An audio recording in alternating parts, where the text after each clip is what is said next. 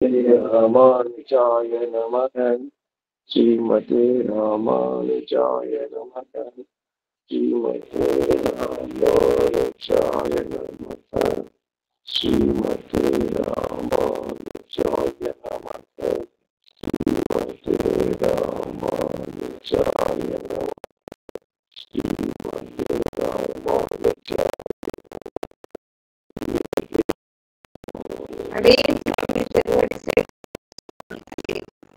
ஸ்ரீமதே ராமானுஜாய நமக. ஸ்ரீமதே ராமானுஜாய நமக சுவாமி. ஸ்ரீமதே ராமானுஜாய நமக.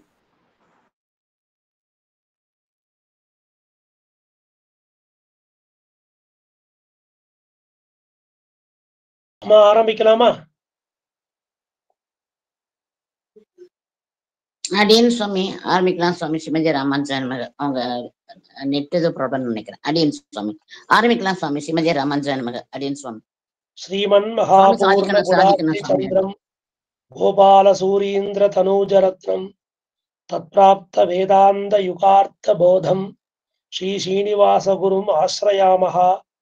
வரததேசிக கிருபாபாத்திரம் வரவர முனிகுலோத்பவம் ஆச்சாரிய ஹிருதய பிரவீணம் வந்தே சம்பத்குமார குரும் ஸ்ரீசைலேஷ தயாபாத்திரம் தீபக்தியாதி குணார்ணவம் யதீந்திர பிரவணம் வந்தே ரம்யஜா மாதரம் முனிம் லக்ஷ்மீநாத சமாரம்பாம் நாதயாமுன மத்தியமாம் அஸ்மதாச்சாரிய பரியந்தாம் வந்தே குரு பரம்பராம் யோ நித்யமச்சுத பதாம்புஜ யுக்மருக்ம व्यामोगतस्ततितराणि तृणायमेने अस्मद्गुरोर् भगवतोऽस्य दयैक सिन्धोः ராமானுஜஸ்ய சரணௌ சரணம் பிரபத்யே.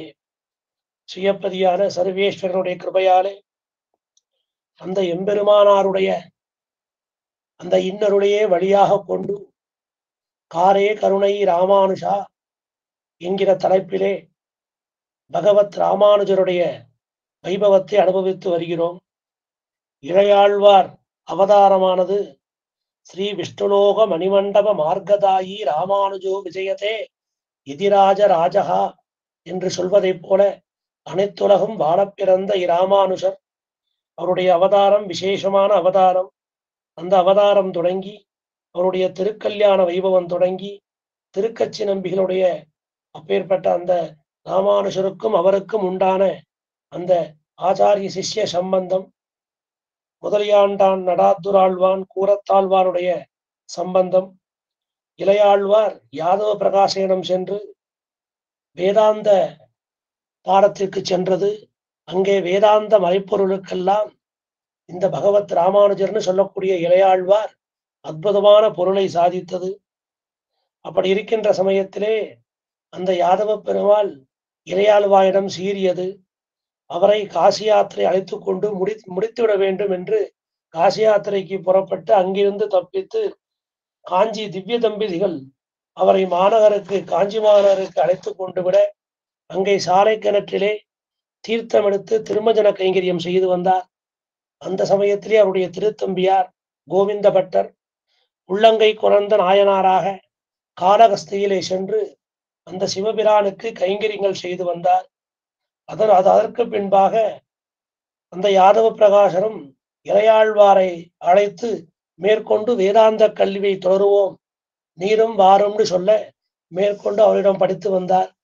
அப்போது இன்னும் சில உபனிஷத் வாக்கியங்களுக்கு பொருள் சொல்லும் போது இருவருக்கும் விரோதமும் முரணும் ஏற்பட அவர் அந்த யாதவ பிரகாசரை விட்டு திருக்கச்சி நம்பியிடம் சென்று தன்னை ஏற்றுக்கொள்ளுமாறு பிரார்த்தித்தார். திருக்கச்சி நம்பிகளோ, நாம் 4வது வர்ணத்தைச் சேர்ந்தவர், தேவரீரோ பிராமணோத்தமர், அதனால் நாம் உமருக்கு சில சத் விஷயங்களை உபதேசிக்கலாமே ஒழிய உமருக்கு பஞ்ச சம்ஸ்காரம் இத்தியாதி இது சம்சாரங்களை செய்ய முடியாதுன்னு சொல்லிடுறார். மேற்கொண்டு ஆள வந்தார் காஞ்சிபுரத்துக்கு எழுந்தருளி முதல்வன் இவர்னு எம்பெருமானாரை கடாட்சித்தது. பின்பு இளையாழ்வார் ராஜகுமாரியை பிடித்து அந்த பிரம்மராட்சச ஓட்டிய வைபவம், அப்புறம் ஆளவந்தார் சிஷ்யர்களுக்கு செய்த உபதேசங்கள், ஆளவந்தார் திருமேனியிலே நோவு சாற்றியது, இளையாழ்வாரை அழைத்து வரும்படி பெரிய நம்பிகளுக்கு கட்டளையிட்டது. பெரிய நம்பிகளும் இளையாழ்வாரை அழைத்து கொண்டு வருகையில் திருக்கரம்பன் துறையிலே ஆளவந்தாருடைய சரம திருமேனியை சேவிக்கும் பாக்கியமே இளையாழ்வாருக்கு கிடைத்தது. அப்போது அந்த ஆளவந்தாருடைய 3 விரல்கள் மடங்கி இருந்தன. அவருக்கு ஒரு 3 ஆசைகள் இருந்தன. அது என்னென்னு தெரிந்து கொண்டு அதனை தாம் நிறைவேற்றுவதாக அந்த ஆளவந்தாருடைய சரும திருமேனி முன்பாக இளையாழ்வார் உறுதி பூண்டது. அதற்கு பின்பு இளையாழ்வார் திருக்கச்சி நம்பியை ஆசிரியத்தது. இளையாழ்வார் தேவிகளுக்கும் திருக்கச்சி நம்பிகள் அமுது செய்து அதையெல்லாம் சுத்தம் செய்துவிட்டு வேறொரு சமையல் செய்து வைத்து அதன் மூலமாக அந்த போனகம் செய்த சேடம் கிடைக்கவில்லையே என்று எம்பெருமானாருக்கு வருத்தம் உண்டாயிற்று. இப்படியாக சாலை கிணற்று நீரை கொண்டு வந்து தேவப்பெருமாளுக்கு கைங்கரியம் செய்து வருகையில் இந்த சித்தாந்தம் விஷயமாக அவருக்கு சில சந்தேகங்கள் ஏற்பட அதை தேவப்பெருமானிடம் கேட்டு தெளிவுபடுத்துமாறு இளையாழ்வார் திருக்கச்சி நம்பிகளை வேண்டியது. அவ்வாறு அவர் வேண்டிக் கொண்டதற்கெனங்க திருக்கச்சி நம்பிகளில் தேவப்பெருமானை பிரார்த்தித்து 6 வார்த்தைகளை தந்தருளினார். இதுவரைக்கும் நாம சரித்திரத்தை பார்த்திருப்போம். அந்த 6 வார்த்தைகள் என்ன, அந்த 6 வார்த்தைகளுக்கு அமைந்த விசேஷ கருத்து என்ன அப்படிங்கிறத மேற்கொண்டு அனுபவிக்கலாம். அந்த 6 வார்த்தைகளுக்கு உண்டான பொருளை, கருத்துரையை, விசேஷ உரையை, சிறப்புரையை தெரிந்து கொண்டால்தான் நாம் மேற்கொண்டு இந்த எம்பெருமானாருடைய அந்த சித்தாந்தத்தை அடியொற்றி பல விஷயங்களை அறிந்து கொள்ள முடியும். பிரபன்னாமிர்தம்ங்கிற கிரந்தத்துல இப்படி திருக்கச்சி நம்பிகள் இளையாழ்வாருக்கு சில சந்தேகங்கள் ஏற்பட்டிருக்கின்றன. அதற்கு பதிலாக தேவரீர் சில வார்த்தைகளை கூற வேண்டும்னு பிரார்த்திக்கிறார். ராமானுஜேன கதிதம் வாக்கியமாக மகாத்மனா லக்ஷ்மணார்யஸ்ய விருத்தாந்தம் கமலானந்தனஸ்ததா இப்படியாக பிரார்த்திக்கிறார். சுத்வா ஹரிப்பிரியம் வாக்கியம் காஞ்சி பூர்ணம பாஷத அகமேவ பரம் தத்துவம் ஜெகத்காரண காரணம். ஆக இது முதல் வாக்கியம். சுத்வா ஹரிஹி பிரியம் வாக்கியம் காஞ்சி பூர்ணம பாஷத அகமேவ பரம் தத்துவம் ஜெகத்காரண காரணம். க்ஷேத்ரஜ்ஞேஸ்வரயோஹோ பேதஹ சித்தயேவ மகாமதே மோக்ஷோபாய ஞாசயேவ ஜனானாம் முக்திம் இச்சதாம் மத்பக்தானாம் ஜனானாஞ்ச ந அந்திம ஸ்மிருதிரிஷ்யதே தேகாவசானே பக்தானாம் ததாமி பரமம் பதம். பூர்ணாச்சாரியம் மகாத்மானம் சமாஸ்ரய குணாஸ்ரயம் இது ராமானுஜாரியாய மயோக்தம் வத சத்வரம்னு சொல்லி 6 ஸ்லோகங்களாலே இந்த பிரபன்னாமிர்தம்ங்கிற திருப்பணத்துல சொல்லப்பட்ட விஷயம். அந்த 6 வார்த்தைகள் என்னென்ன?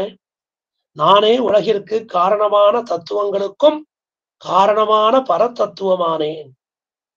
அகமேவ பரம் தத்துவம்னு சொல்லியிருக்கு. அதை இன்னும் கொஞ்சம் விளக்கமா சொல்றார். அகம், அவர் சொன்ன வார்த்தை 6. அகமேவ பரம் தத்துவம் தர்ஷனம் பேத ஏவச்ச உபாயேஷு பிரபத்தி ஸ்யாது அந்திம ஸ்மிருதி வர்ஜனம் தேகாவசானே மோக்ஷஞ்ச பூர்ணாச்சாரிய சமாஸ்ரயா அப்படின்னு சொன்ன 6 விஷயங்கள். இதுல பிரபன்னாமிர்தத்துல அகமேவ பரம் தத்துவம் ஜெகத்காரண காரணம், நானே உலகிற்கு காரணமான தத்துவங்களுக்கும் காரணமான பரதத்துவமாகிறேன். ஆக உலகத்துல எத்தனையோ தத்துவங்கள் இருக்கு. ஒவ்வொருத்தரும் தன்னை காரணம்னு சொல்லிக்கிறா. இந்திரனை கேட்டா நான் தான் காரணங்கிறார். பிரம்மாவை கேட்டா அவர் தான் காரணங்கிறார். சிவனை கேட்டா அவர் தான் காரணம்னு சொல்றார். இப்படி சொல்லக்கூடிய காரணமான தத்துவங்களுக்கெல்லாம் மேற்பட்ட காரணமாக பரதத்துவமாவேன் வெளியிடுறார் காஞ்சி தேவப்பெருமான். ஆக பரதத்துவமே தமக்கு பரந்தத்துவம் உண்டுன்னு சொல்லி வெளியிடுறது. அதற்கு மேலாக தர்ஷனம் பேத ஏவச்ச, சித்தாந்தம் ஆத்ம பரமாத்ம பேதத்தை உடையது. ஆக ஆத்மாக்கள் வேறு, பரமாத்மா வேறு, இரண்டும் ஒன்றல்ல, இரண்டுக்கும் ஐக்கியம் சொல்லக்கூடாது. ஆக இந்த ஆத்மா இந்த பரமாத்மாவோட சேருகிறான், அவனுக்கு சாயுஜ்ய மோட்சம் கிடைக்கிறதே ஒழிய ஒன்றாக கலக்கிறார்கள் என்று சொல்ல முடியாது. அதற்குதான் தர்ஷனம் பேத ஏவச்ச.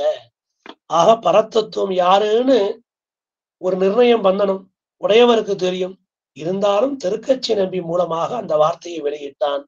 அகம்மேவ பரதத்துவம் தர்சனம் பேத ஏவச்ச, ஜீவனுக்கும் ஈஸ்வரனுக்கும் வேற்றுமை. இது எல்லா பிரமாணங்களாலும் சொல்லப்படுகிறது. இது எல்லா பிரமாணங்களாலும் வேதாந்தங்களால சொல்லப்பட்ட கருத்து. உபாயேஷு பிரபத்தி சியாது.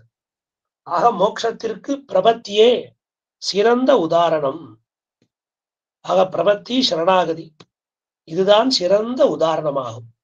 அப்ப ஞான கர்ம பக்தி யோகங்கள் உபாயமாகாது. மோட்சத்தை விரும்பும் ஜனங்களுக்கு என்னை காரணமாக தன்னையே உபாயமாக அடைவதாகிற ஞாசமே மோட்ச உபாயமாகும்.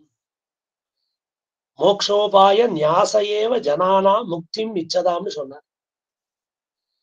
இது மூன்றாவது. நான்காவது அந்திம ஸ்மிருதி வர்ஜனம். மத்பக்தானாம் ஜனானாஞ்ச ந அந்திம ஸ்மிருதி ரிஷ்யதே. ஆக அந்திம ஸ்மிருதி தேவையில்லை. இப்படி என்னையே உபாயமாக கொண்ட பக்தர்களுக்கு அந்திம ஸ்மிருதினா கடைசி நினைவு, அது தேவையில்லை, கட்டாயமில்லைன்னு சொல்றார். இது நான்காவது வாக்கியம்.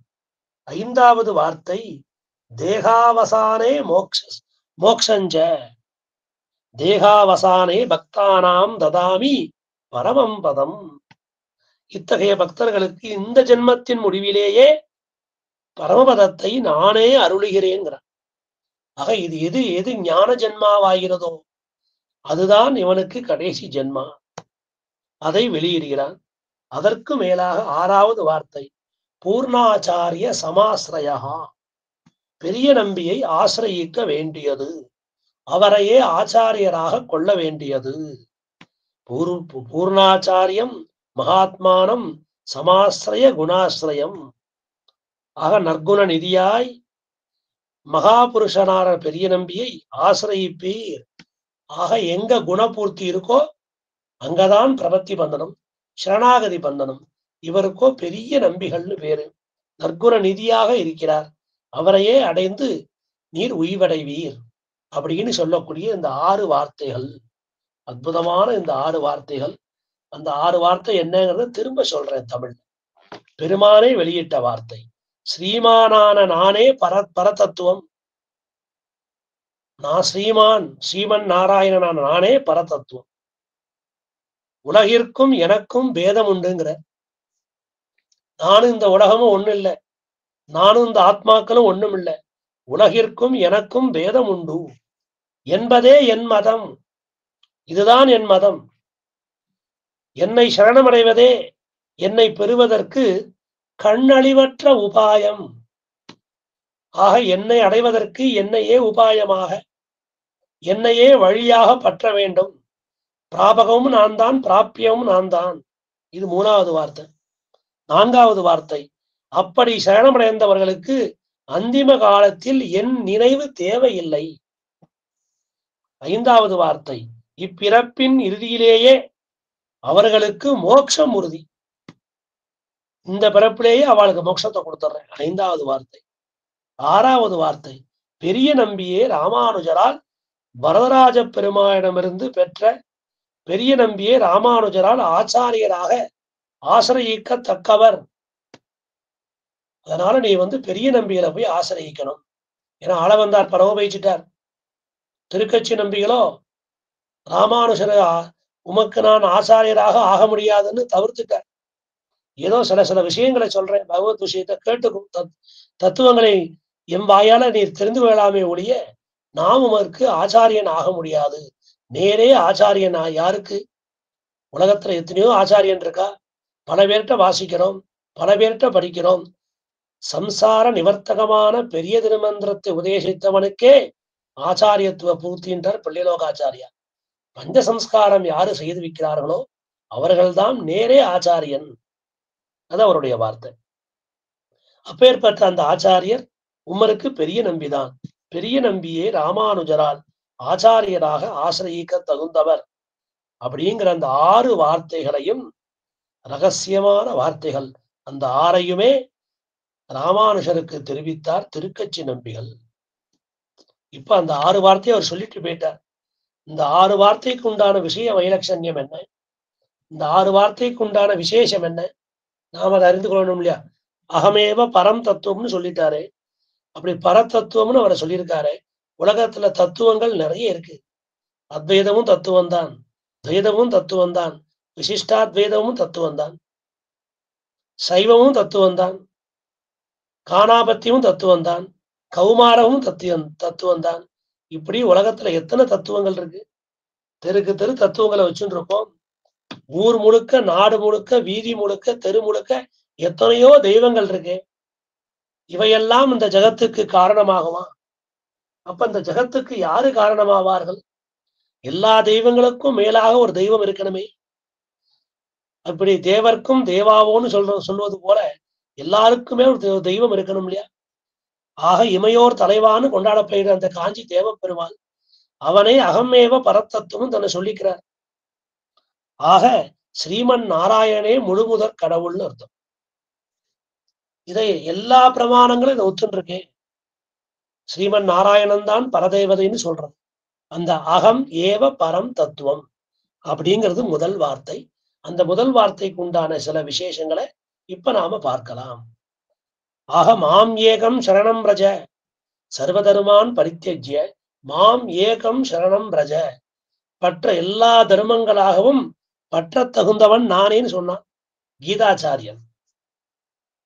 ஆக ஏகம் ஏகம் சொல்றான். மாம் ஏகம், நான் ஒருவனே பற்ற தகுந்தவன் அப்படின்னு கீதையில கண்ணன் சொல்லியிருக்கான். வேற எந்த தெய்வமும் கீதை சொன்னதா தெரியல.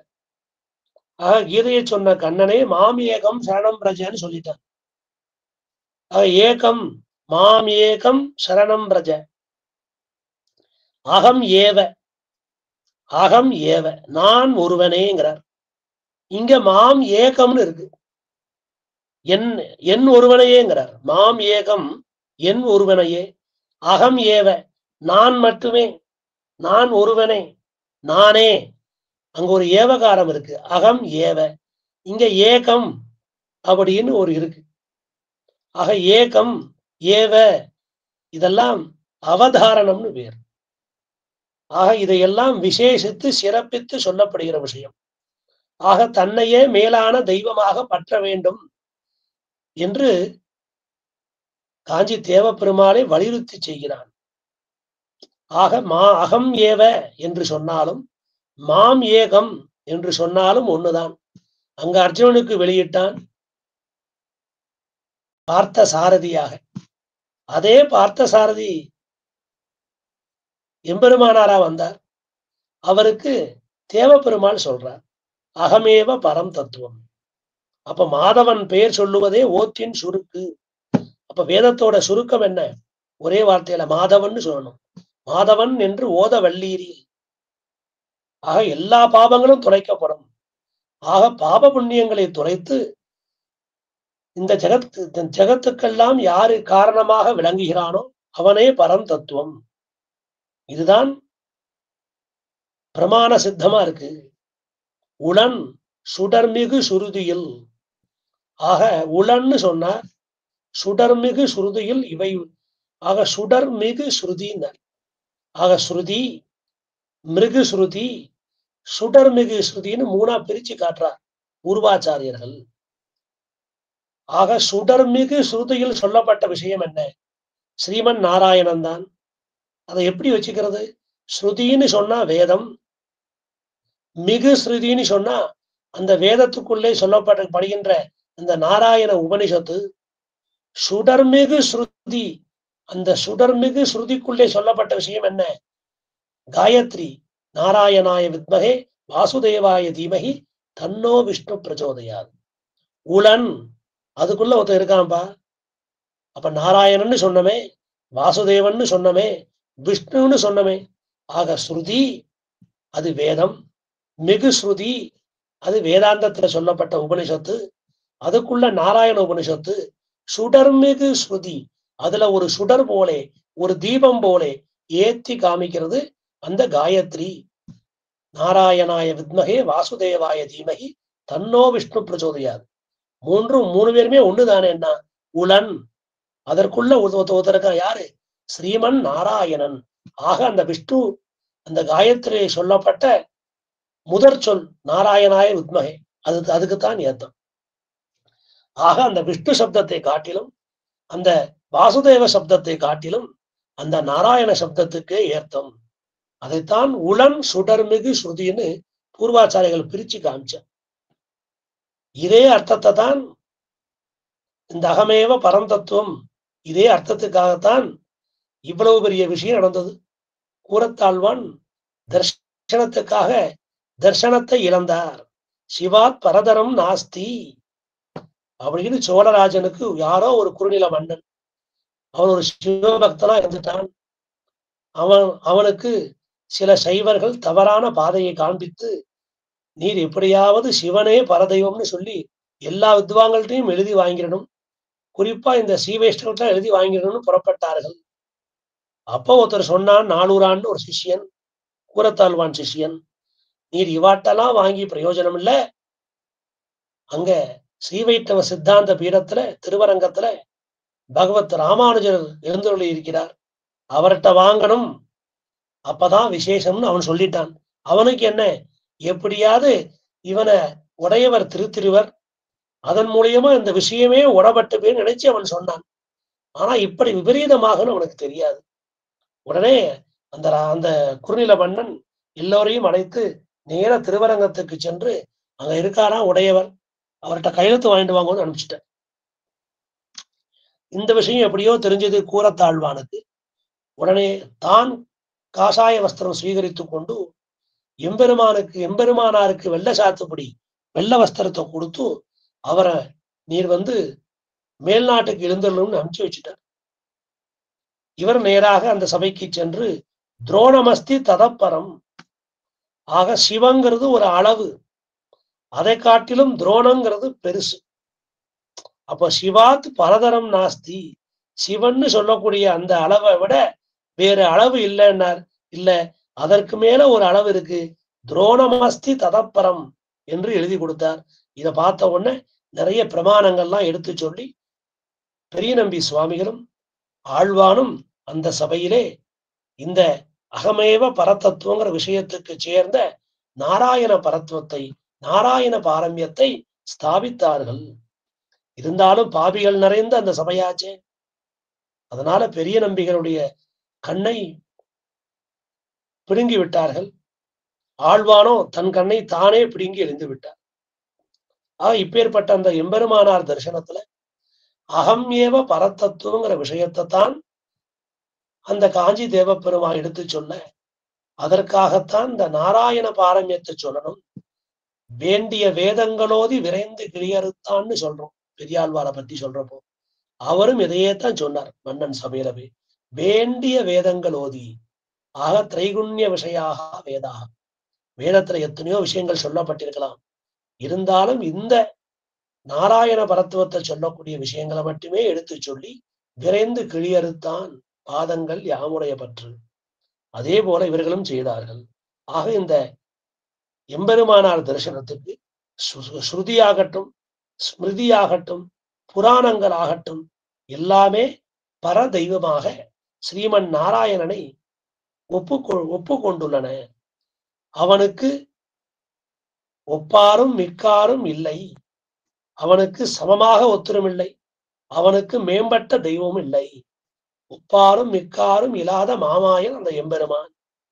ஆக நாட்டினான் தெய்வங்களாக காட்டினான் திருவரங்கம் உய்பவர்க்கு உய்யும் வண்ணம், அத்தெய்வ நாயகன் தானேன்னு ஆழ்வார் கொண்டாடுறான். ஆக தெய்வங்களுக்கெல்லாம் நாயகனாக இருக்கிறான். சரி, அப்ப இந்த சிவனும் பிரமனும் கூட முக்கியமான தேவதைகள் தானே, இந்த மூவரும் சேர்ந்துதானே அவதரிக்கிறார்கள். பிரம்மா விஷ்ணு சிவன் தானே சொல்றோம். அப்ப சிவனும் ஒரு அவதாரம் தானே? இல்ல இல்ல, அவன் பிரதம அவதாரம் விஷ்ணு, முழுமுதற் கடவுளாக அந்த நாராயணனே காக்கும் தெய்வமாக விஷ்ணுவாக அவதரித்தான். அதற்கு பின்பு பிரமனும் சிவனும் அவதரித்தார்கள். நாராயணன் நான்முகனை படைத்தான், நான்முகனும் தான்முகமாய் சங்கரனை தான் படைத்தான். அந்தாதி மேலிட்டு அறிவித்தேன் ஆழ்பொருளை சிந்தாமல் கொன்மீன் நீர் தேர்ந்து இது திருமணிசை ஆழ்வார் வைபவம், அவருடைய பாசுரம் இது. அவருக்கு உரையில் இடாதவர் அப்படின்னு பெரிய திருநாமம் உண்டு. எடுத்த கத்தி அவர் சொருகவே இல்லையா, கத்தியை பிடிச்சுட்டே இருந்தார். அப்படின்னா என்ன? நாராயணே பரதெய்வம், நாராயணே பரதெய்வம்னு அர்த்தம். ஆக நான்முகனை நாராயணன் படைத்தான். அப்ப நாராயணாத் பிரம்மோ ஜாயதே, நான்முகனும் தான்முகமாய் சங்கரனை தான் படைத்தான். நாராயணாத் பிரம்மோ ஜாயதே, நாராயணாத் ருத்ரோ ஜாயதே, நாராயணாத் இந்திரோ ஜாயதே. இது 3 விஷயம். அவனே அவனும் அவனும், அவனே அவனும் அவனும் அவனும்னு பொதுவா சொல்லிட்டு போயிட்டான் நம்மாழ்வார். அவனே அவனும் அவனும் அவனும். ஆக நாராயணாத் பிரம்மா ருத்ரோ இந்திர ஜாயதே அப்படின்னு நாம வச்சுக்கணும். ஆக இப்பேற்பட்ட இந்த எம்பெருமானார் தரிசனத்துக்கே பரதத்துவமாக, பரம் தத்துவமாக இருக்கான் இந்த எம்பெருமான். சரி, இவன் தன்னை விஷ்ணுவாக ஆக்கி கொண்டு வந்து பிறந்தான். பிரம்மா விஷ்ணு சிவன், இவன் மத்தியத்துல விஷ்ணுவாக இருக்கிறான். அதற்காக 1ம் 3ம் உயர்ந்ததல்ல, மத்திய சிவன் தான் உயர்ந்தவன். எவன் ரட்சிக்கிறானோ, ரட்சகத்துவம் யாருக்கு இருக்கோ அவன்தான் உயர்ந்தவன். ஆக இந்த மூவரும் சமம் போல தோன்றும். சில பாசுரங்கள் அப்படி எடுத்து காட்டியிருப்பா ஆழ்வார்கள். மூவுலகாளியே என்னும், கடிமகள் கொன்றை சடையனே என்னும், நான்முக கடவுளே என்னும், வடிவுடை வானோர் தலைவனே என்னும், பண் திருவரங்கனே என்னும்னு பராங்குஷ நாயகி வார்த்தையா தாய் பேச்சுல பேசுறா திருவாமொழி 7:2 பதியத்துல. அப்போ அதுல மூவுலகாளியே என்னும், கடிமகள் கொன்றை சடையனே என்னும், நான்முக கடவுளே என்னும், நீந்தான் பிரம்மன், நீந்தான் ருத்ரன், நீந்தான் இந்திரன் சொல்றா. கடைசியா வன் திருவனே என்னும். அதே ஆழ்வார் தான் கடைசி பாசுரத்துல முனியே நான்முகனே முக்கண்ணப்பா என் பொல்லா கருவாணிக்கவே ஆரம்பிச்சு சொல்றார். அதே நம்மாழ்வார் தான் நின்ற ஆதிப்பிரா நிற்க மற்றை தெய்வம் நாடுதிரே, சிரங்களால் அமரர் வணங்கும் திருக்குறுகூரதனுள் பரன் திறமன்றி பல்லுலகீர் தெய்வம் மற்றில்லை பேசுமினேன்னு பரதத்துவத்தை காண்பித்து கொடுக்கிறார். ஆக எம்பெருமான் தன்னை ஒளிந்த பொருள்களிலெல்லாம் புகுந்து அவற்றை உள்ளே புகுந்தும் நியமிக்கிறான். அவற்றுக்கு வெளியே இருந்தும் அதனை தாங்குகிறான், அதற்கு ஆதாரமாகவும் இருக்கிறான். ஆக மூவுலகாளியே அப்படின்னு சொன்னா இந்த 3 லோகத்துக்கும் அதிபதியான இந்திரனுக்கும் அந்தர்யாமியாக நிற்கிறான். அந்த பிரமனுக்கும் அந்தர்யாமியாக நின்று உலகத்தை படைக்கிறான். அந்த ருத்ரனுக்கும் அந்தர்யாமியாக நின்று இந்த உலகத்தை அழிக்கிறான். ஆக இப்பேற்பட்ட அந்தர்யாமித்துவம் அது யாருக்கு இருக்கோ அவன்தான் பரதேவதை. வடிவுடை வானோர் தலைவனே என்னும், ரொம்ப வடிவுடையவனாக இருக்கிறான். வானோர்களுக்கெல்லாம் நித்திய சூரியர்களுக்கெல்லாம் தலைவனாய் இருக்கிறான்.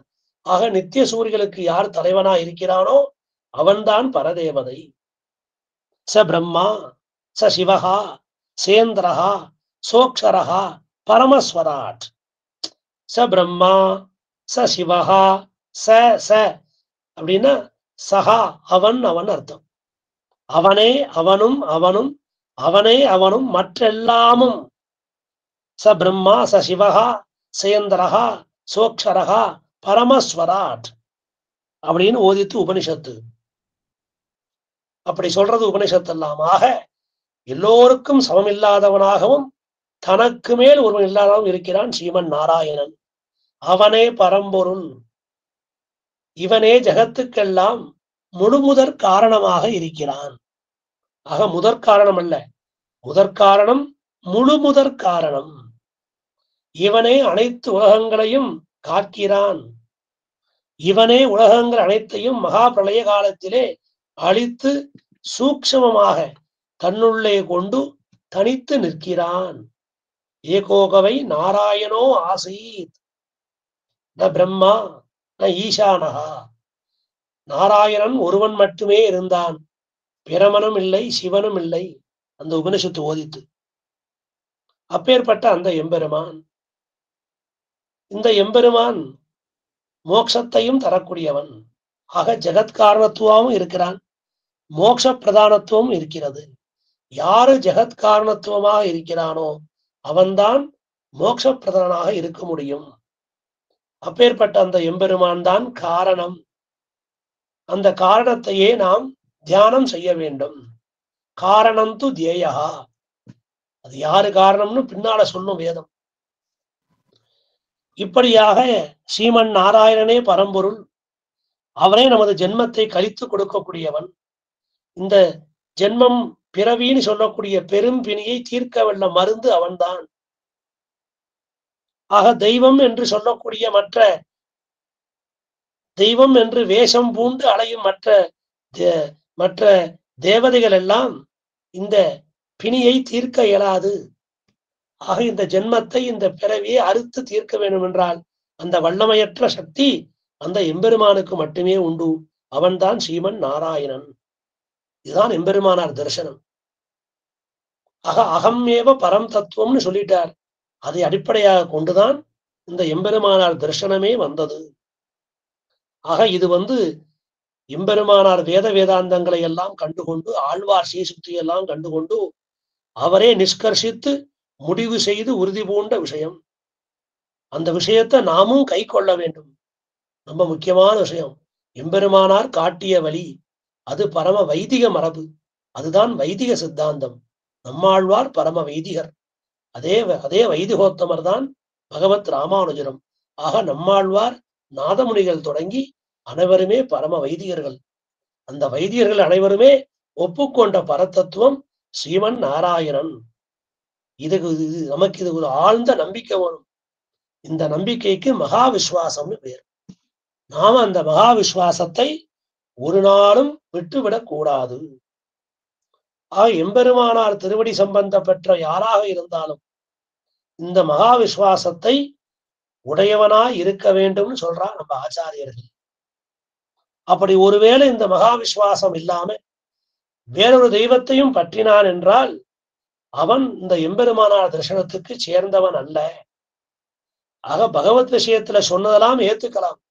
சுவாமி நீ சொன்னதெல்லாம் நான் ஒத்துக்கிறேன், ஸ்ரீமன் நாராயணன் தான் பரதேவதை, இருந்தாலும் அந்த தெய்வத்தை ரொம்ப நாள் வணங்கி வழிபட்டு பழகிட்டேன், இப்ப நான் அதை விட்டுட்டேன்னா ஏதாவது என்ன செஞ்சிருமோ அப்படிங்கிற பயம் வந்துடும். அந்த பயத்தால அதையும் விடாம அங்கேயும் செல்வன். அதனால அவர்கள் இந்த தரிசனத்துக்கு சேர்ந்தவர்களாக இருக்க முடியாது.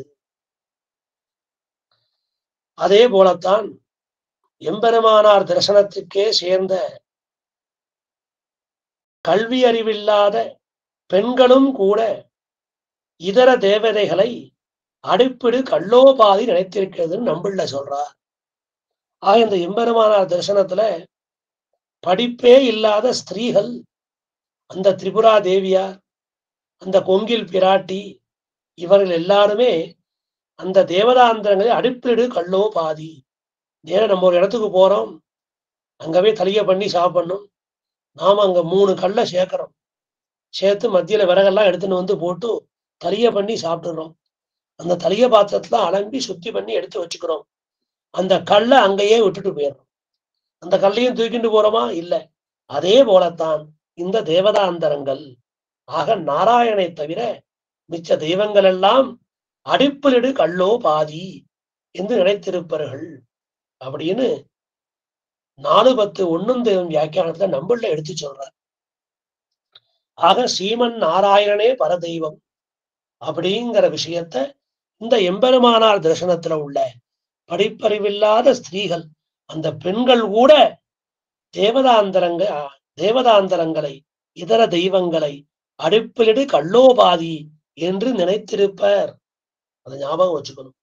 ஆக ஸ்ரீமன் நாராயணன் ஒருவனே அன்றி வேறு எந்த தெய்வத்துக்கும் நாம் சேஷப்பட்டவர்கள், அடிமைப்பட்டவர்கள் அல்ல. அவன் ஒருவனுக்கே சேஷ வஸ்துவாக இந்த ஆத்மா இருக்கிற நம்பிக்கையோட மகா விஸ்வாசத்தோடு நாம் இருக்க வேண்டும். அகம்மேவ பரம் தத்துவம்னு அந்த தேவப்பெருமான் வெளியிட்டார்.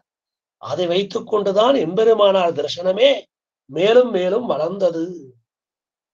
ஆக அந்த திட நம்பிக்கை எம்பெருமான் ஒருவனுக்கே, ஸ்ரீமன் நாராயணனான எம்பெருமானுக்கு அன்றி வேறு ஒரு தெய்வத்துக்கும் நான் சேஷப்பட்டவன் அல்ல. அந்த அத்தியவசாயம் இருக்கணும், அந்த நம்பிக்கை இருக்கணும். ஆக அனன்ய சேஷத்துவம்.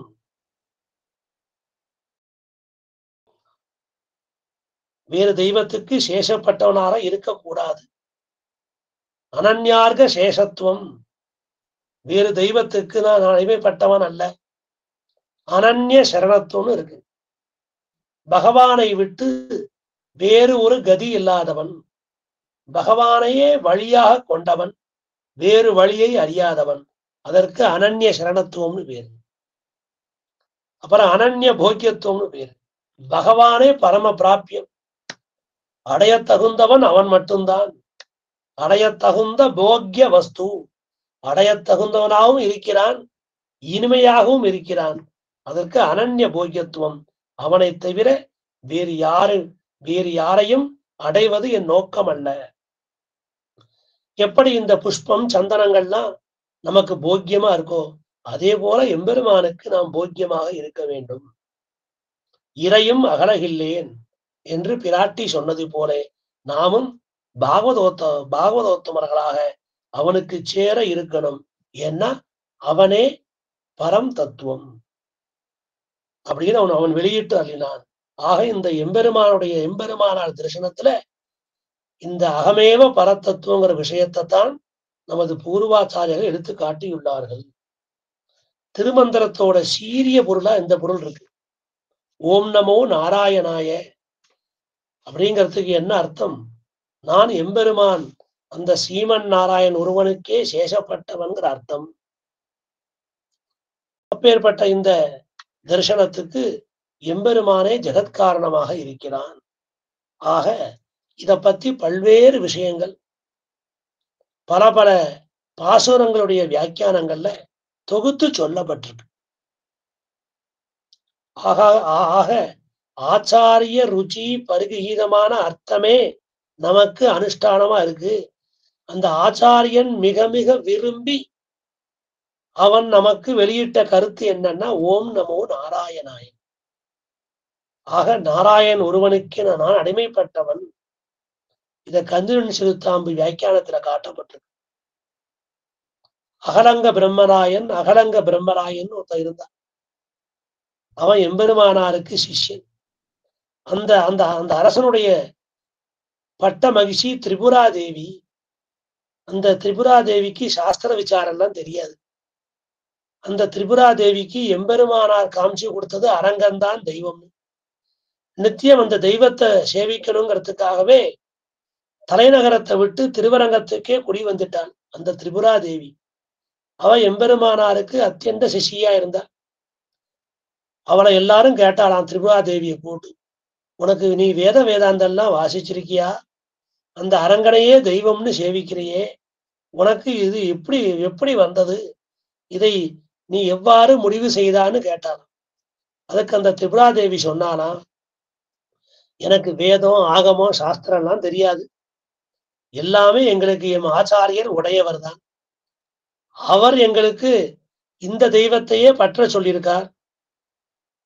இல்லையே அந்த பக்கம் ஒரு கோயில் இருக்கே, தாயுமானவர் தந்த ஒளியுளார் தாமே தந்தையும் தாயுமானார். தொண்டடி பொடியாழ்வார் பாசுரம். திருவரங்கநாதன் நமக்கெல்லாம் தாயும் தந்தையுமா இருக்கான். அக்கறையில ஒரு தாயுமானவர் சன்னதி இருக்கே, நீ அங்க போகக்கூடாதான்னு கேட்டா ஒருத்தர் திரிபுரா தேவியார பார்த்து. உடனே அவர் சொன்னாலாம், காடிச்சால் மூலையில் இருக்கும் தெய்வத்தை எம்பெருமானார் பற்றினாராகில் நாமும் அந்த தெய்வத்தையே பற்றுவோம்.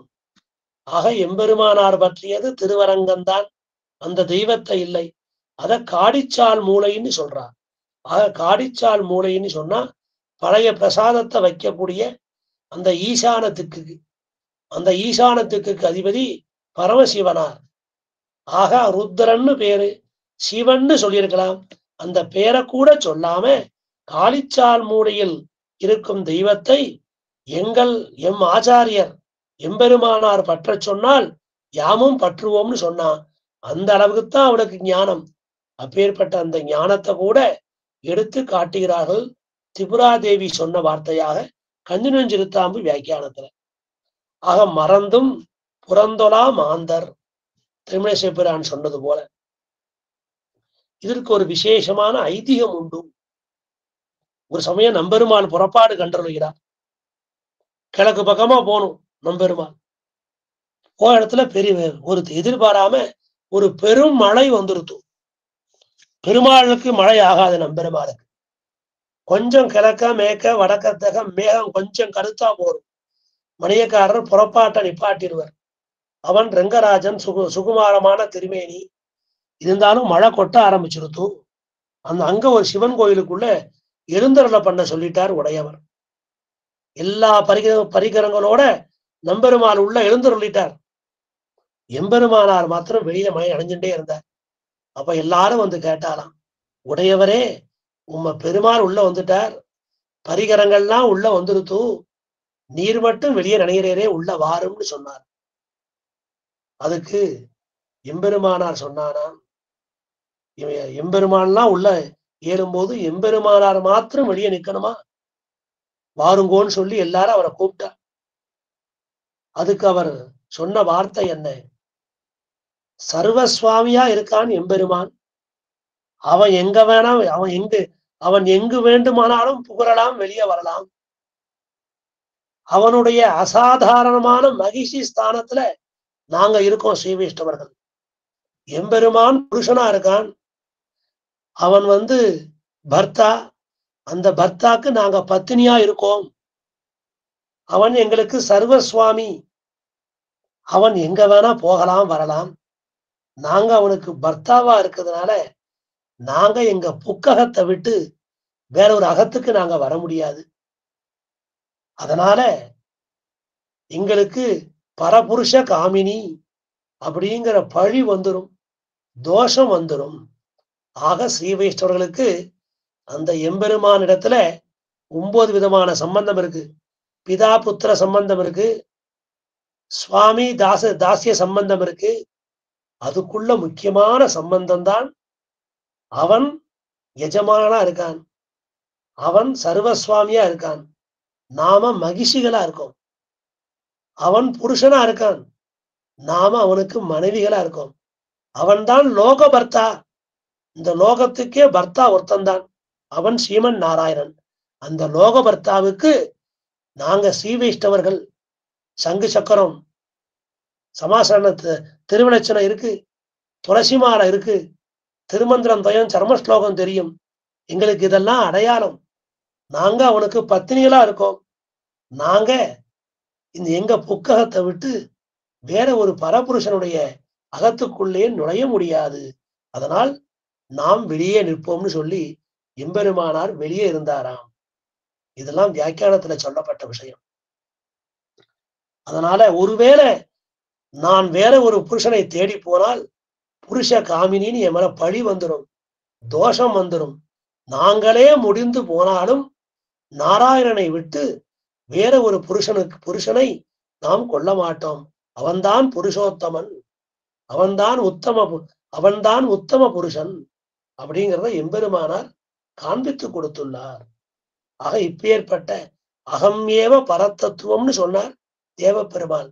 அதை நன்றாக அறிந்து கொண்டு இந்த தரிசனத்தை நடத்தி அதன் வழி தாவும் சென்றவர் பகவத் ராமானுஜர்.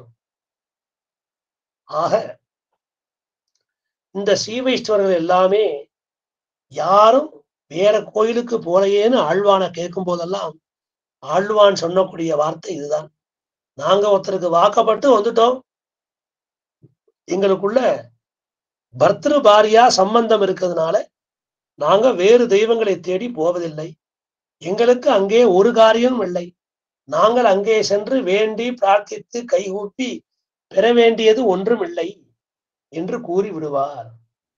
ஆக அப்பேற்பட்ட ஒரு சம்பிரதாயம் இந்த எம்பெருமானார் தரிசனத்துல முக்கியமாக கொள்ளப்படுகின்றது.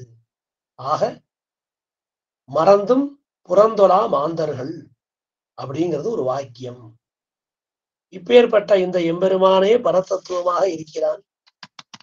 இதை பத்து தான் வராக புராணத்துல ஒரு ஸ்லோகம், பெருமாள் திருமுன்பு ஒரு பண்பாடி விட்டு கட்டாயம் வந்து விடுகிறேன். அப்படின்னு சொல்லி புறப்பட்டான் நம்பாடுவான் சரித்திரம்.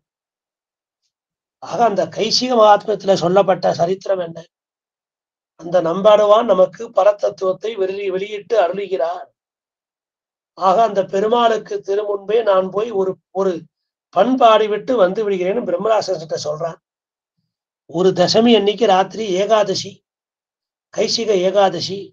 அந்த ஏகாதசி நன்னாள் அன்று ராத்திரி போய் நம்பாடுவான் அந்த திருக்குறுங்குடி நம்பிக்கு சுப்பிரபாதம் பாடிட்டு வருவர். கைசிக பண்ணிலேயே பாடக்கூடியவர். அன்னைக்கு பாடிய பண்ணு கைசிக பண். அதற்காக அந்த கைசிக பண்ணையே ஏற்றுக்கொண்டு கைசிக ஏகாதசின்னு வந்துருது. அது கைசிக மகாத்மியம். அது வராக புராணத்துல இருக்கு. கைசிகம் சொல்லணும், கௌசிகம் என்று சொல்லக்கூடாது, ஞாபகம் வச்சுக்கணும்.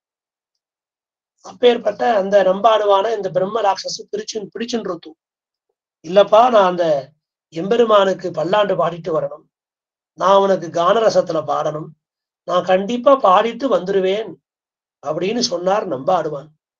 அப்போ அந்த நம்பாடுவான் பல சத்தியங்களை செய்து கொடுக்கிறார்.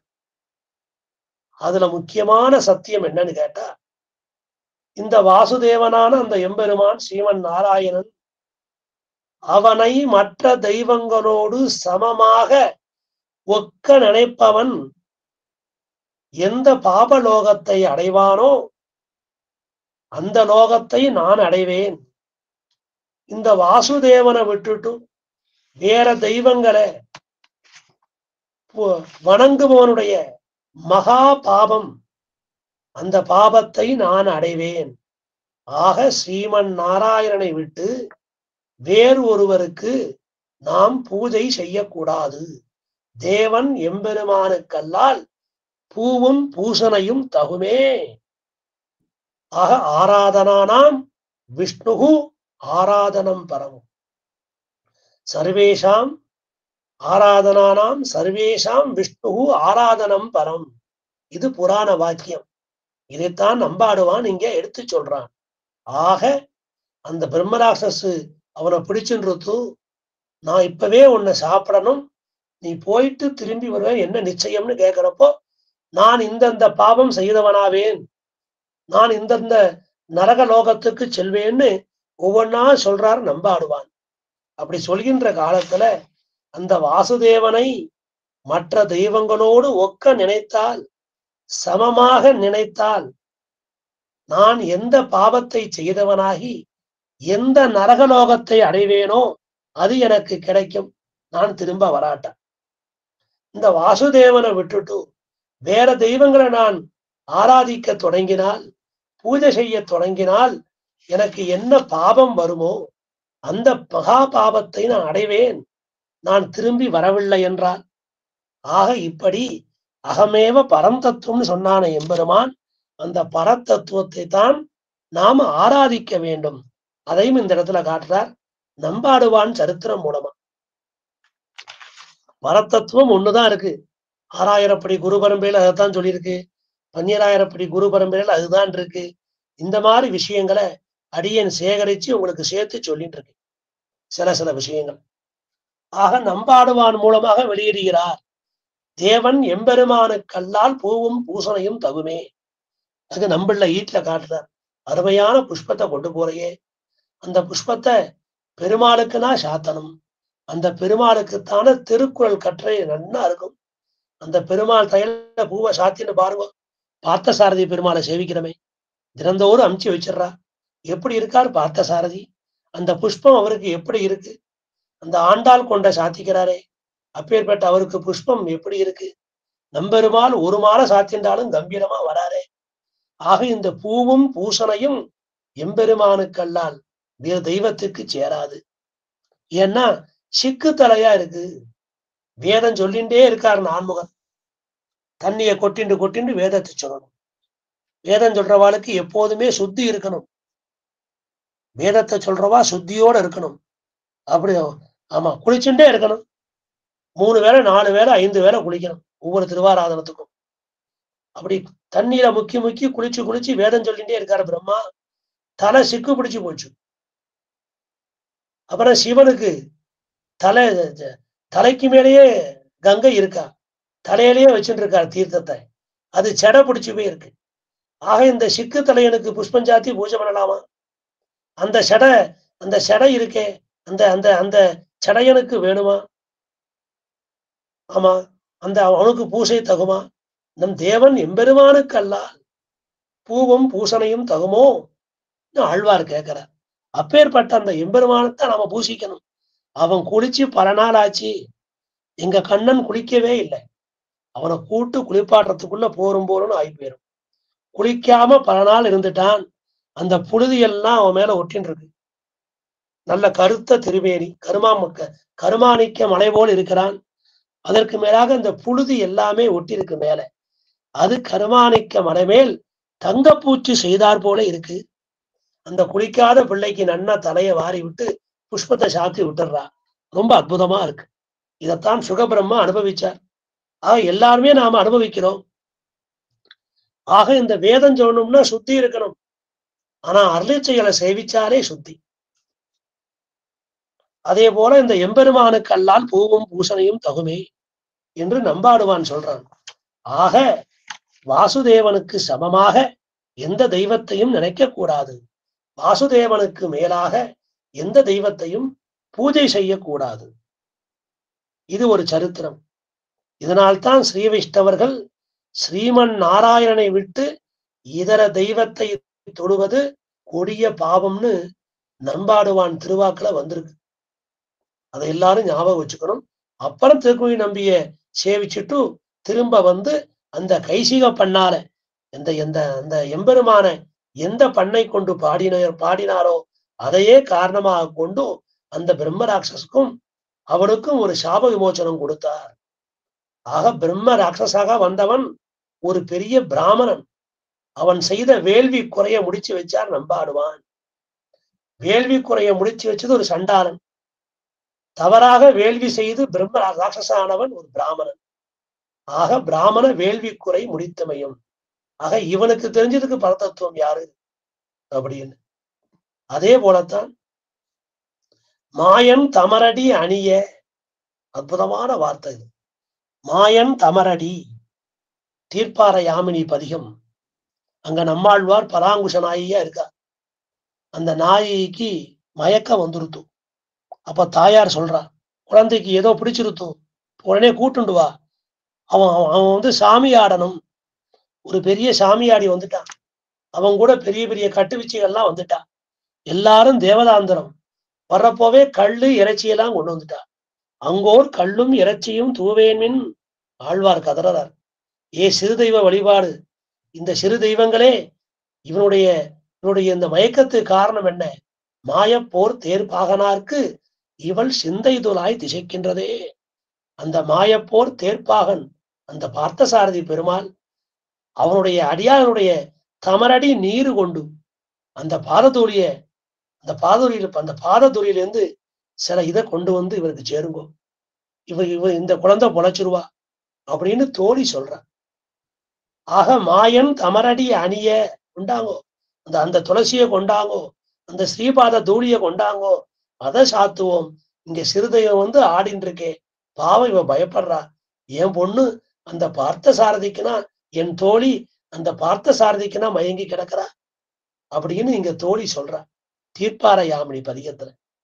இதுக்கு ஒரு ஐதீக நிர்வாகத்தை காட்டுகிறார்கள் நமது பூர்வாச்சாரியர்கள். அந்த அகலங்க நாட்டாழ்வான்னு ஒருத்தன் இருந்தான் எம்பெருமானார் காலத்துல. எம்பெருமானாரோட வேத ஸ்பர்ஷி பொன் ஓட்டைன்னு பேரு, பொன் ஓடுன்னு பேரு பிள்ளைவரங்கா வெள்ளிதாசருக்கு. அவருக்கு 2 பேர் மருமக்கள், வண்டர் சொண்டர்னு பேரு. அவ 2 பேரையும் அழைச்சுண்டு பக்கத்து ஊருக்கு போயின்னு இருக்கான். அங்க ஒரு கோயில், அந்த கோயில்ல 4 பக்கமும் சிங்கம் இருக்கு. அந்த சிங்கத்தை காட்டி இது பெருமாள் கோயில்னு சொல்லிட்டான். ஆனா அது வந்து ஜெயின ஆலயம். அந்த காலத்துல ஜெயினர்கள் பிரசித்தி பெற்று இருந்தா. இது ஜெயின ஆலயத்தையும் சிங்கம் வச்சிருப்பா. இந்த 2 பேரும் அதை பெருமாள் கோயில் நினைச்சு அந்த ஜெயின ஆலயத்தை சேவித்து விட்டார்கள். உடனே பார்த்தான் அந்த அகலங்க நாட்டாழ்வான், நான் ஏதோ விளையாட்டுக்கு சொன்னேன், இது நீங்கள் வணங்கும் தெய்வம் அல்ல, இது ஜெயின ஆலயம்னு சொன்னான். இத கேட்ட உடனே 2 பேரும் மயங்கி மோகித்து விழுந்துட்டா. பேச்சு மூச்சு இல்லாம கடந்தா. அப்புறம் 2 பேரையும் தூக்கிட்டு திருவரங்கத்துக்கு வந்து பிள்ளை உரங்கா வில்லிதாசனை அழைத்து அவருடைய ஸ்ரீபாதத்தூடைய இந்த 2 பேருக்கும் சேர்த்தார்கள். அப்புறம்தான் 2 பேரும் எழுந்திருந்தார்கள். ஆக வண்டர் சொண்டர்னு சொல்றோம். இந்த 2 பேருமே அரங்க நாட்டு ஆழ்வான், அந்த தேசத்து அரசனுக்கு மெய்காப்பாளன், அந்த மல்லர்கள் தலைவன். அவன் கூட சென்று வரும் பொழுதும் அந்த ஜெயின ஆலயத்தை விஷ்ணு ஆலயமாக கருதி தவறாக சேவித்து அதை கேட்டு மயங்கி விழுந்து விட்டார்கள். அப்பேற்பட்டவர்களுக்கும் அந்த பிள்ளை உரங்கா வில்லிதாசர் ஸ்ரீபாத தூளிதான் அவர்களை காப்பாற்றி கொடுத்தது. இதுக்குத்தான் மகா விஸ்வாசம்னு பேரு. இந்த மகா விஸ்வாசம்தான் நமது எம்பெருமானார் திருவடி சம்பந்தப்பட்ட நம்ம எல்லாருக்கும் இருக்கணும். இதைத்தான் அகமேவ பரந்தத்துவம் அப்படின்னு உடையவருக்கு அருளி செய்தான் அந்த காஞ்சி தேவ பெருமாள். ஆக ஒவ்வொரு ஸ்ரீ வைஷ்ணவனுக்கும் இன்றியமையாதது என்ன? மற்ற தெய்வங்களை நாம் சேஷமாக, மற்ற தெய்வங்களுக்கு அடிமைப்பட்டவனாக நாம் எண்ணக்கூடாது. இந்த ஒப்புயர்வற்ற பொருள் வேதாந்தங்கள்லாம் சொல்லப்பட்டிருக்கு.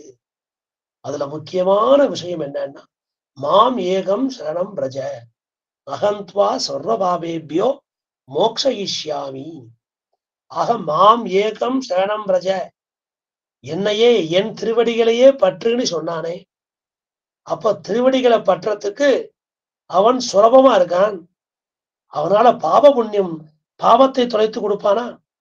அகந்த்வா சர்வ பாபேபியோ, உன்னுடைய பாவங்களை எல்லாம் நாம் தொலைத்து உமக்கு மோட்சத்தை தருகிறோம் என்று சொன்னான் அந்த பார்த்த சாரதி. ஆக அகமேவ பரம் தத்துவம், நாமே பரதத்துவம் அப்படிங்கிற கருத்தை தான் நாம இவ்வளவு அனுபவிச்சோம். 2வது வார்த்தை என்ன? தர்சனம் பேத ஏவச்ச. தர்சனம்னு சொன்னா கண்ணால பார்க்கக்கூடிய விஷயம், கண்ணுக்கு இலக்காகக்கூடிய விஷயம் எல்லாமே தர்சனம்தான். தர்சனம் என்றால் கண்ணுக்கு இலக்காவது. அந்த தர்சனம் நிறைய இருக்கு. சாங்கிய தர்சனம் இருக்கு, யோக தர்சனம் இருக்கு, வைசேஷிக தர்சனம் இருக்கு, சைவ தர்சனம் இருக்கு, சாருவாக தர்சனம் இருக்கு, 32 தர்சனம் இருக்கு. இந்த தர்சனங்களை காட்டிலும் இந்த தர்சனத்துல சொல்லப்பட்ட விஷயங்கள் எல்லாம் விட்டுருவோம். முக்கியமாக சொல்லப்பட்ட வைதிக தர்சனம், அந்த வைதிக தர்சனத்துக்குள்ள சித்தாந்தம் என்ன? இந்த ஜீவனும் அந்த ஈஸ்வரனும் ஒன்றா வேற வேறையா? அந்த வைதிக சித்தாந்தம் 3 தான். துவைத சித்தாந்தம், அத்வைத சித்தாந்தம், விசிஷ்டாத்வைத சித்தாந்தம். இது 3க்கும் சேர்ந்தார் போலே பேத ஸ்ருதி, அபேத ஸ்ருதி, கடக ஸ்ருதி அப்படின்னு 3 ஸ்ருதிகள் இருக்கு. அப்ப பேதம் தர்சனமா, அபேதம் தர்சனமா, பேதாபேதம் தர்சனமா, அபேதாபேதம் தர்சனமா அப்படின்னு பல சந்தேகங்கள் இருந்தது. அதையெல்லாம் எம்பெருமான் நீக்குகிறான். தர்சனம் பேத ஏவச்ச. இது சித்தாந்தத்தை கொண்டு இது விளக்க வேண்டிய ஒரு விஷயம். ஜீவனும் பிரம்மமும் எப்படி 2 பேரும் ஒன்றாக கலந்து விடுகிறார்களா, இல்லது 2 பேரும் ஒன்றாக சேர்ந்தே இருக்கிறார்களா, இல்லை 2 பேரும் தனித்தனியாக பிரிந்து கிடக்கிறார்களா? இங்க ஐக்கியம்னு வச்சுக்கணுமா, பிரகாரம்னு வச்சுக்கணுமா, சரீர பாவம்னு வச்சுக்கணுமா, எப்படி வச்சுக்கணும், என்ன வச்சுக்கணும்னு கேள்வி. அத தர்சனம் பேத ஏவச்ச. சித்தாந்தம் என்ன? ஆத்ம பேதத்தை உடையது, ஜீவாத்ம பரமாத்ம பேதத்தை உடையது, ஜீவாத்ம பரமாத்ம வேறுபாட்டை உடையது இந்த சித்தாந்தம்னு காண்பித்து கொடுத்து விட்டார் காஞ்சி தேவ பெருமாள் கருணையோட எம்பெருமானாருக்கு. அதை எம்பெருமானார் எப்படி நமக்கு சொல்லியுள்ளார்? இந்த ஈஸ்வர ஜீவ பேதத்தை நமக்கு அவர் எவ்வாறு சொல்லியுள்ளார்? அந்த வேதாந்த மறைப்பொருளை சிந்தை செய்து வேதத்திலே ஒப்புக்கொள்ளப்பட்ட சொல்லப்பட்ட கருத்துக்களை எல்லாம் இப்படித்தான் பொருள் கொள்ள வேண்டும், இதுதான் சித்தாந்தம்னு எம்பெருமானார் சித்திகரித்து காமிச்சிருக்காரே. அப்பேற்பட்ட அந்த தத்துவம் என்ன? தர்சனம் பேத ஏவச்ச. அந்த பேதம் என்ன, அபேதம் என்ன அப்படிங்கிற விஷயத்த அடுத்த உபன்யாசத்துல நாம பார்க்கலாம். இது சித்தாந்தத்துக்கு சேர்ந்த விஷயம். அதற்கு முன்பாக அந்த தர்சனத்தை பத்தி கொஞ்சம் சொல்லணும், பேத ஸ்ருதியை பத்தி கொஞ்சம் சொல்லணும், அபேத ஸ்ருதியை பத்தி கொஞ்சம் சொல்லணும். அப்புறம் ஜீவ பிரம்ம ஐக்கியமா என்னங்கிறத பத்தி சொல்லணும். இத கொஞ்சம் ஒரு வகுப்பு மாதிரி சொன்னாதான் உங்களுக்கு புரியும். அத அடுத்த உபன்யாசத்துல அடியேன் விண்ணப்பிக்கிறேன். இன்னைக்கு அகமேவ பரந்தத்துவம்னு இருக்கு. அதற்கு சேர சில விஷயங்களை சேகரிச்சு அடியேன் விண்ணப்பித்தேன். க்ஷமிக்க பிரார்த்தித்து அமைகிறேன். ஸ்ரீமதே ராமானுஜாய நமக. மனோஜ மனசாம்போஜ மாணவே யதுசீல நிவாசாய யதிராஜாய மங்களம். ஸ்ரீமதே ராமானுஜாய நமக. தேவரி திருவடிகளுக்கு பல்லாண்டு சுவாமி. ஸ்ரீமதே ராமானுஜாய நமக.